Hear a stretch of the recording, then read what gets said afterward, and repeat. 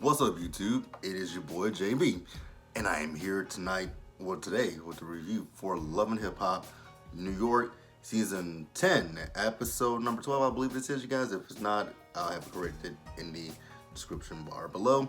So, you guys, there are 3 more episodes left of this. So, I'm hearing that what they're going to do is do like what they do with Black Ink Crew. Because I think New York is still currently filming, but there's 3 episodes left. They've not filmed a reunion. So what they're gonna do now is show this first half. I don't know, we're not gonna show the second half. That's the I'm pretty sure the second half is probably gonna come later this year. Because you got Atlanta and you got Hollywood. So who knows when they'll show it, but this episode called Straitt out of Brooklyn. So you guys, without further ado, let's jump into this episode review.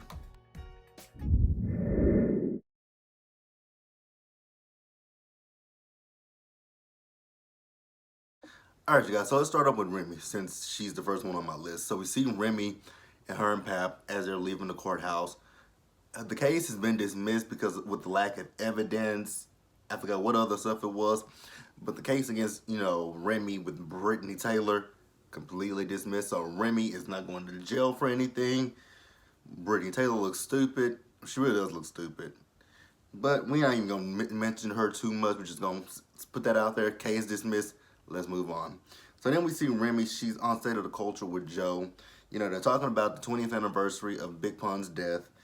And then, after the show was over with, she's talking to Joe about how, she feels like people, and she won't even say the word celebrity, but people like them who are, well-known, have money and stuff like that. People come after you, they see you, and they'll be like, oh, I can use this person, basically like what Cardi B and Offset says. Use you for clout. Because that's exactly what Brittany Taylor did. She's trying to use those two for clout. You can't tell me anything other than that. She wants money. She wants, some publicity. She wants some fame. She wants it all. And then, Remy's asking Joe about, the photo surface, that's floating around about him and Sin. And, Joe's like, I put that photo out and I'm just trying to promote unity between Sin and I. So, all is good between, Remy, Sin, Joe, and the whole rest. But let's move on, you guys.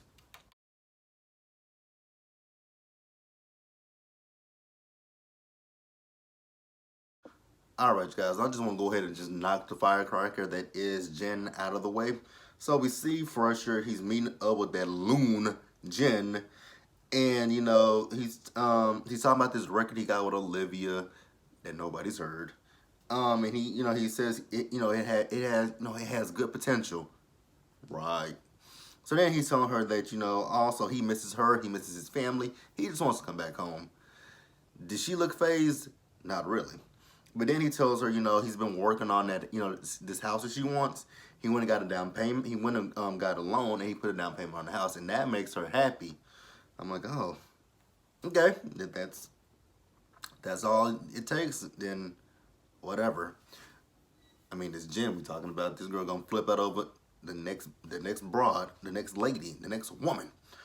So he's telling her that he's trying to work things out with this payment with Jada. And he says he's gonna meet with her to settle. She said, oh, no. Nope. You're not meeting with her. We're meeting with her to settle this situation. I'm like, oh God. That's gonna be a hell of a conversation, because she gonna flip out. Like, she's gonna flip the hell out. So then we do see Fresher. So he met up with Jada. He met up with Jada without who? Psycho Jen. So, Jada just wants some money because, she's trying to do some businesses on her own.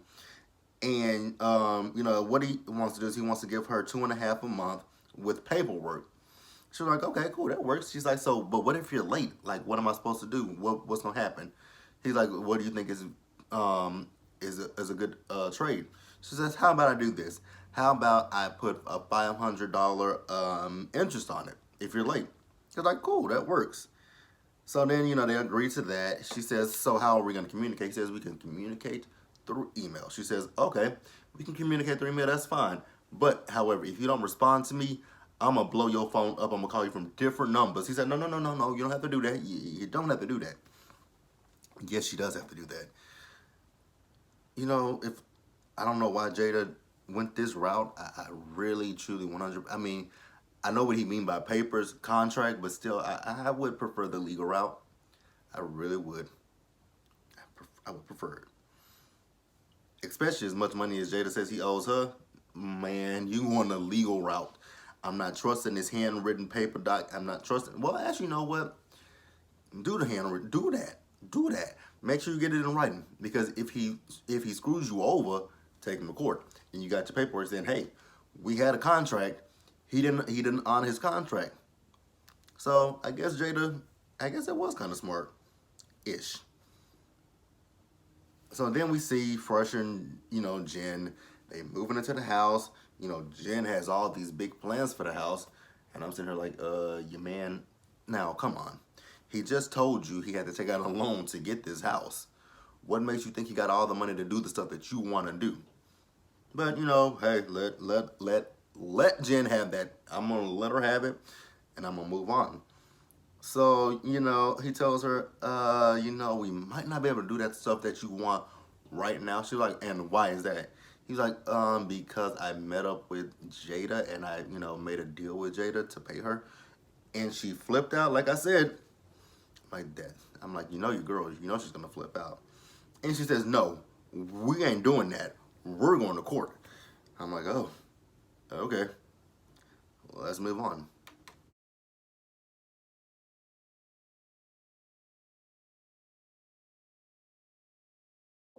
All right, you guys. Next up, let's talk about Jim and Chrissy. So we see Jim and Chrissy.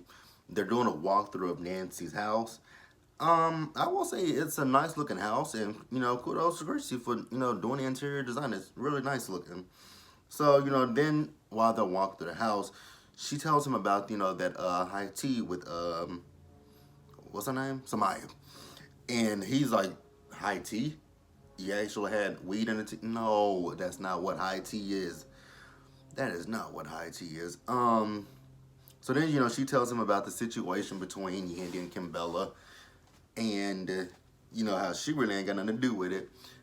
Um, yeah, I mean, whatever. So then we see Nancy, and she's walking around the house, and like I said, the house is absolutely gorgeous. I love the house. I think it's a beautiful house.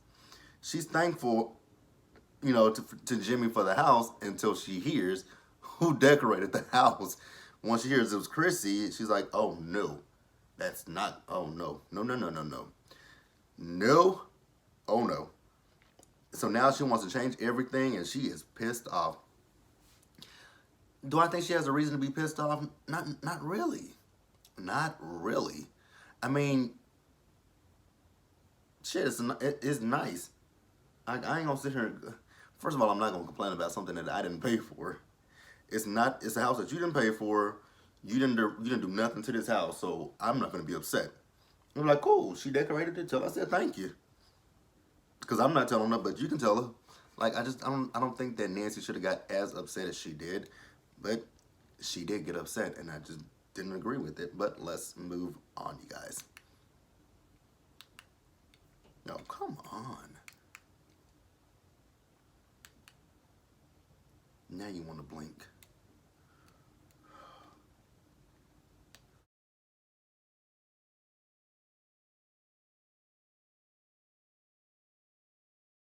All right, you guys. So next up, let's discuss the Messy Crew real quick.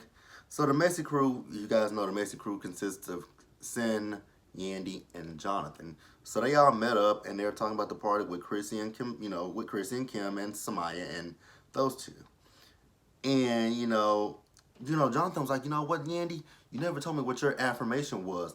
She said mine was that I'm ready to forgive, but I'm not ready to forgive anybody, and she'll probably never want to forgive Kimbella. Who cares?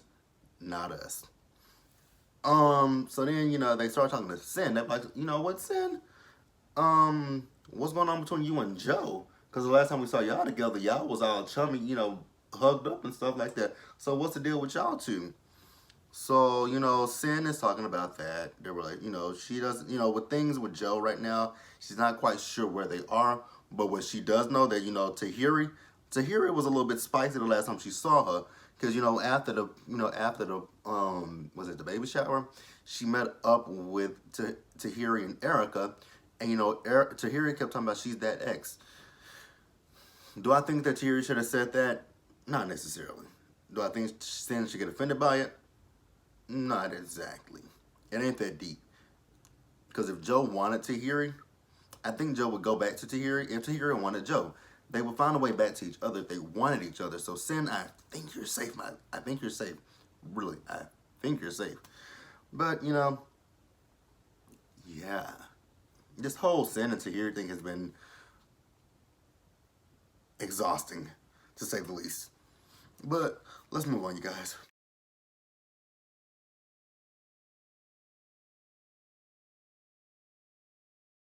All right, you guys, and then let's close out with Erica and Safari. So we see them in the beginning of the episode, and they're riding around his old neighborhood. And Erica's talking about them, getting ready to leave Jersey to head back down to Atlanta so that they could have a baby. Because if you guys didn't know, Dr. Jackie was her OBGYN. And then,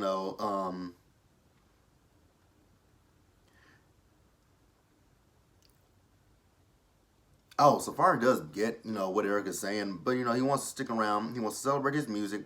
So then they pull up in his neighborhood, and there's a big 2 billboards of him. And, he has to get out and do the fool, hop on the billboard. I'm like, really? That's smart. So then we see Erica, she met up with Tahiri, and she tells her that, she needs to get back to Atlanta. And, she's talking about everything that needs to be done and everything that's going on with Safari. And, she's just kind of worried because she's 9 months pregnant. He's doing his music, and he has to do this tour, which I didn't know nothing about it, and she's just worried that he might miss the birth of their daughter. So then we see, so Safari had this party. We see Pap, we see Fresher with a PH in them teeth. And, he tells them that Remy, beat her case. And, he's, they all in a good space. Now, this performance that they have, they could have really the performance wasn't bad, but I could have done without one person, and that is Fresher. I just could have done without him and all that. Whatever it was he was doing, could have kept him. You could have kept him out of that performance.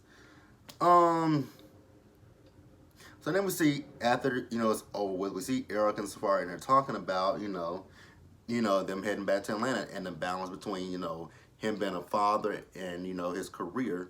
He did make a good point, though, to be a good, he wants to provide, he is a father and he wants to provide for his kids, so he does have to have his career. So I get that part, but your wife is almost due, and you're talking about, you might be gone for about 2 weeks or so. I don't know how many weeks at that point Erica was, but I don't know when this was, because Erica just recently had the baby. So yeah, they figured it out, because he was there when the baby was born. That is it for this review, you guys. Be sure to like this video, leave your comments, subscribe to the channel, hit that bell notification button so you guys know when I drop anything else. Share this video, and I will catch you guys in the next one. Peace.